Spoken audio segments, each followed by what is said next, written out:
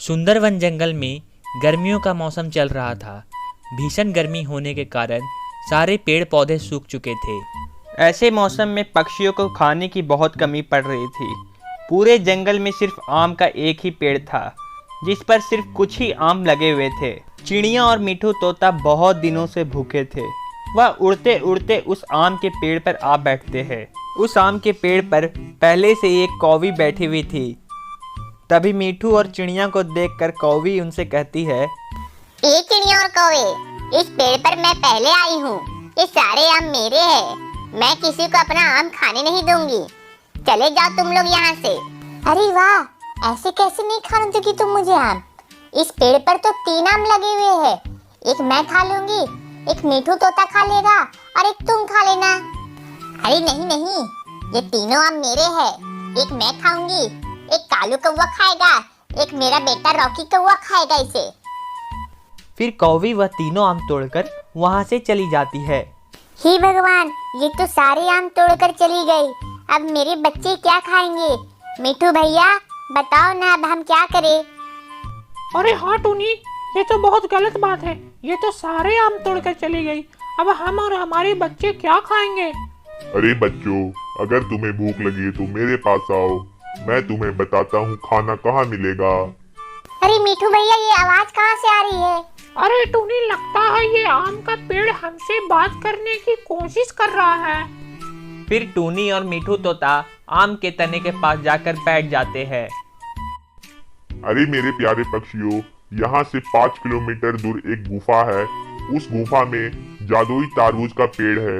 वहाँ से जितने भी तारबूज लो वो कभी खत्म ही नहीं होते। जाओ, जाकर वहाँ पर जी भर के तारबूज खा लो। पेड़ की यह बात सुनकर चिड़िया और मिठू तोता बहुत खुश हो जाते हैं। अरे वाह आम के पेड़ जी, आपने तो बहुत अच्छी खबर हमें बताई। आपका बहुत बहुत शुक्रिया आम के पेड़ जी। चलो टूनी, अब हम वहाँ जाकर तारबूज खा लेते हैं। फिर चिड़िया और मिठू तोता उड़कर जादुई तारबूज के गुफा के पास चले जाते हैं। ये देखो मिठू भैया, यहाँ है ये गुफा। फिर चिड़िया और मिठू उस जादुई गुफा में चले जाते हैं। गुफा में जाते ही वहाँ एक जादुई तारबूज का बेल लगा हुआ था, जिस पर बहुत सारे तारबूज उगे हुए थे। मिठू भैया, भगवान ने हमारी आखिर सुन ही ली। यहाँ पर तो बहुत सारे तारबूज लगे हुए हैं। चलो अब हम जंगल जाते हैं और सारे पक्षियों को बोल देते हैं कि यहाँ आए और तारबूज लेकर अपनी भूख मिटा ले। फिर मिठू तोता और टूनी चिड़िया एक एक तारबूज उठाकर अपने घर की ओर चल पड़ते हैं। और घर पहुंचकर टूनी चिड़िया तारबूज काटकर अपने बच्चों को खिला देती है। मम्मा मम्मा, इतने सूखे मौसम में तुमने इतने स्वादिष्ट और मीठे तारबूज कहाँ से लाए मम्मा? अरे चिड़िया बेटा, ये तारबूज का पता मुझे बड़े से आम के पेड़ ने बताया। अब इस जंगल का कोई भी पक्षी रात को भूखा नहीं सोएगा। सबको भरपेट तारबूज खाने को मिलेंगे। चलो अब कबूतर और उसकी पत्नी को भी तारबूज के बेल का पता बता देते हैं। फिर मिठू तोता कबूतर और कबूतरी को भी तारबूज की बेल का पता बता देता है। फिर तो हम कल ही जाएंगे और अपना भोजन ले आएंगे। और दूसरी तरफ कौवी भी बैठकर अपने परिवार के साथ आम खा रही थी। अजी पता है जी, जब मैं आम तोड़ रही थी तब वहाँ पर मिठू तोता और टूनी चिड़िया भी आई थी।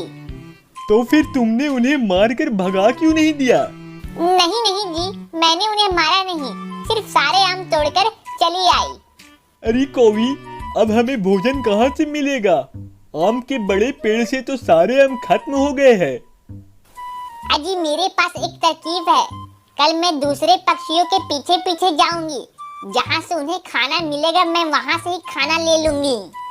अगली सुबह सारे पक्षी पीपल के पेड़ के नीचे बैठ जाते हैं। कोई भी पक्षी उन दुष्ट कौवों को जादुई तरबूज का पता नहीं बताएगा।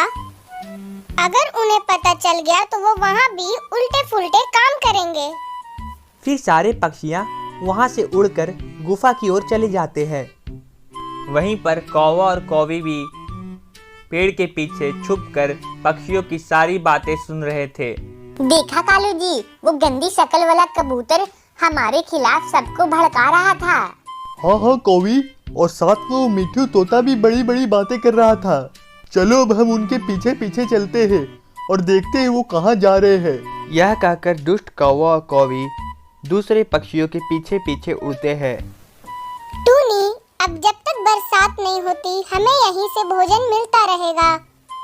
हाँ हाँ कबूतरी बहन, चलो अब इन मीठे तरबूजों को लेकर चलते हैं, वरना अगर कौवा और कौवी ने हमें देख लिया तो ये सारा तरबूज वो खा जाएंगे।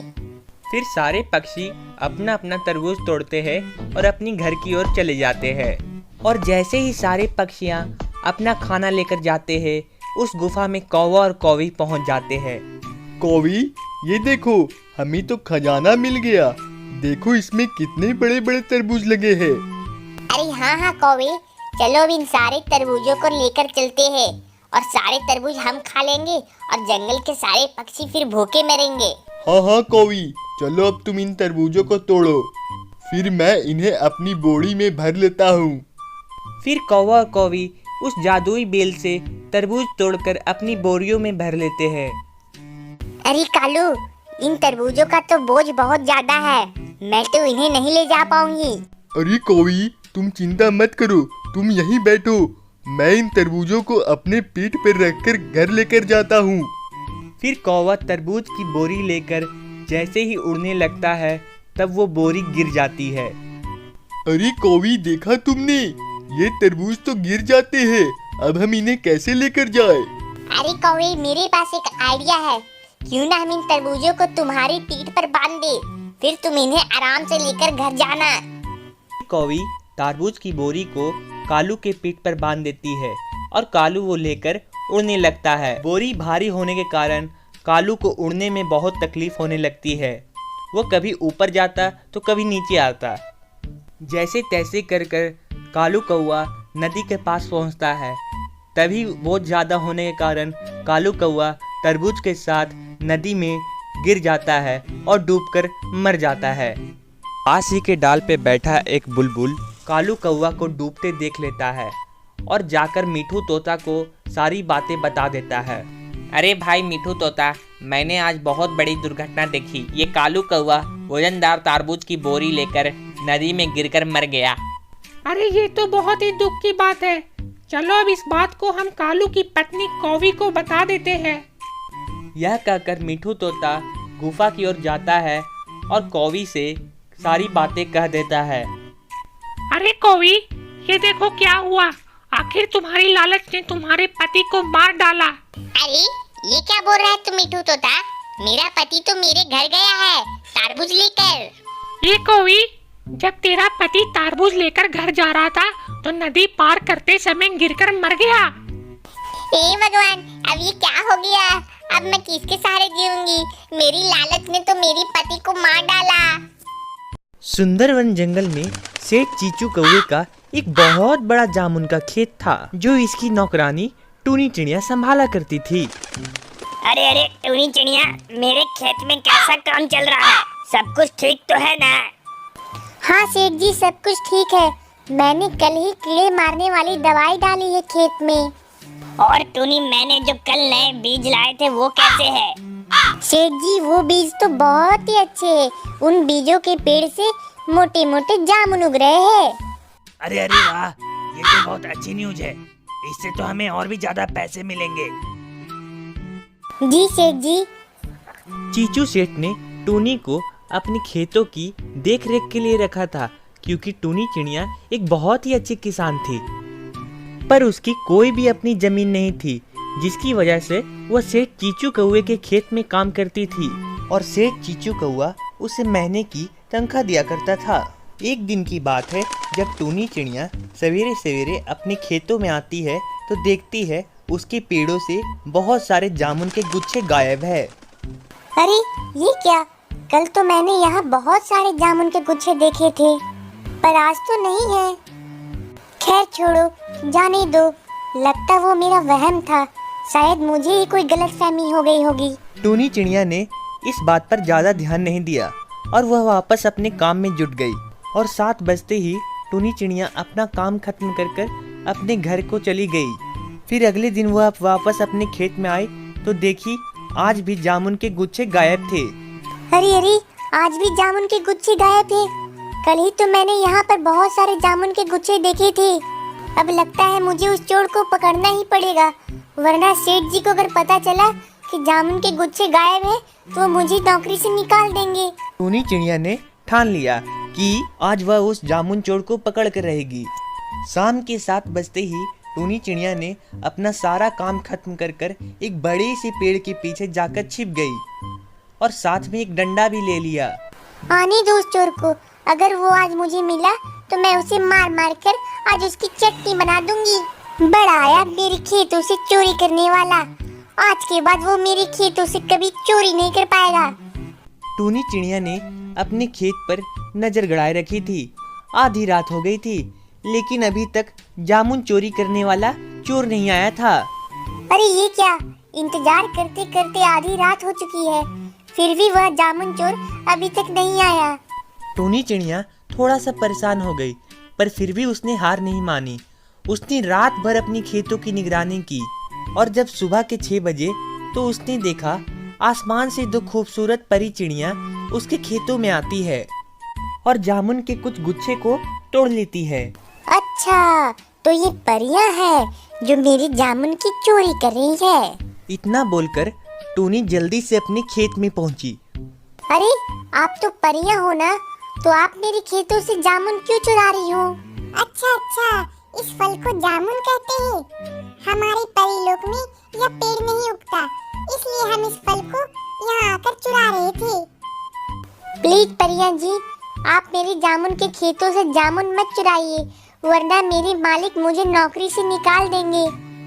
ठीक है टूनी, अगर तुम चाहती हो मैं चोरी नहीं करूं, तो मुझे जामुन की खेती करना सिखाओ। ठीक है परिया, मैं तुम्हें जामुन की खेती करना जरूर सिखाऊंगी। फिर दोनों परियों के साथ टूनी उड़कर उनके बादल घर की ओर चली गई। अरे वाह, आप लोग यहाँ रहते हो, ये तो बहुत ही खूबसूरत जगह है। हाँ टूनी, यह बहुत ही खूबसूरत जगह है, पर यहाँ पर जामुन की खेती नहीं होती है। अरे चिंता मत करो परियां, मेरे पास जामुन के बीज है। ये लो, तुम इन बीजों को बादलों में लगा दो, फिर यहाँ भी स्वादिष्ट जामुन के पेड़ उगने लगेंगे।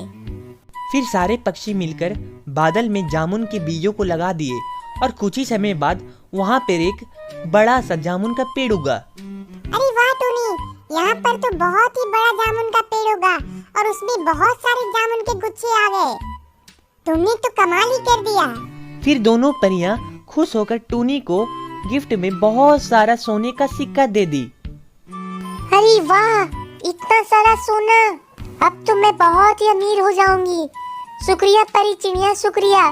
फिर टूनी कबूतर एक सुनसान रास्ते से जा रहे थे, तभी अचानक उनकी गाड़ी खराब हो जाती है। हे भगवान, हमारी गाड़ी तो खराब हो गई। अब इस सुनसान रास्ते में कोई मैकेनिक भी नहीं है जिससे हम अपनी गाड़ी बनवा सके।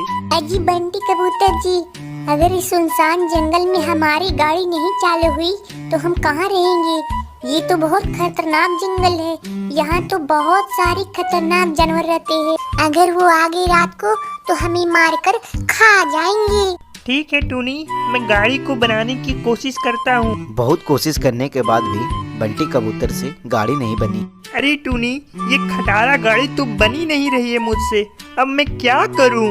तभी वहाँ पे अचानक से एक काला कौवा आता है। उसे देख टूनी डर जाती है। मेम साहब, क्या हुआ मेम साहब? मुझे देखकर डर क्यों रही हो आप? मैं तो आपकी मदद करने आया हूँ। कैसी मदद? क्या तुम हमारी गाड़ी को ठीक कर दोगे? नहीं साहब, मैं गाड़ी तो नहीं ठीक कर सकता, पर इस सुनसान रात को आपके रहने का इंतजाम कर सकता हूँ।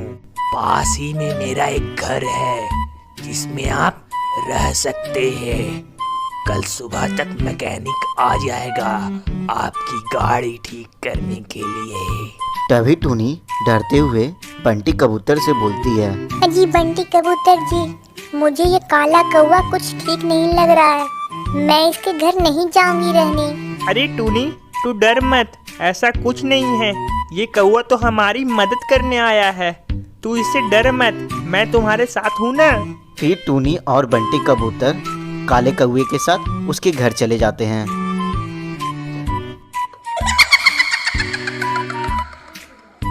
हे भगवान, ये घर तो सच में बहुत डरावना दिख रहा है। डरिए मत साहब, यहाँ आपको कुछ नहीं होगा। मैं आपके इस खाने और सोने का इंतजाम करता हूँ। तभी वहाँ से कौवा चला जाता है। अजी बंटी कबूतर जी, मुझे कुछ ठीक नहीं लग रहा है। ये बगल वाले कमरे से काफी अजीब अजीब आवाजें आ रही है। मुझे बहुत डर लग रहा है बंटी कबूतर जी। अरे टूनी, तुम डरो मत, मैं तुम्हारे साथ ही चलता हूँ और देखता हूँ इस कमरे में आखिर है क्या। तभी वहाँ से बंटी कबूतर और टुनी चिड़िया कमरे में चले जाते हैं और वहाँ पर देखते हैं भुतिया चुड़िया चिड़ैल बैठी हुई है। आखिर तुम लोग मेरे जाल में फंसी गए। मैं बहुत दिनों से भूखी थी, अब मैं तुम दोनों को मार कर खा जाऊंगी और अपनी भूख मिटाऊंगी। नहीं भूतिया चिड़िया जी, हमें मत मारो। हमारे छोटे छोटे 2 बच्चे हैं, वो हमारा घर पे इंतजार कर रहे हैं। हाँ, मत मारो चुड़ैल जी। हाँ,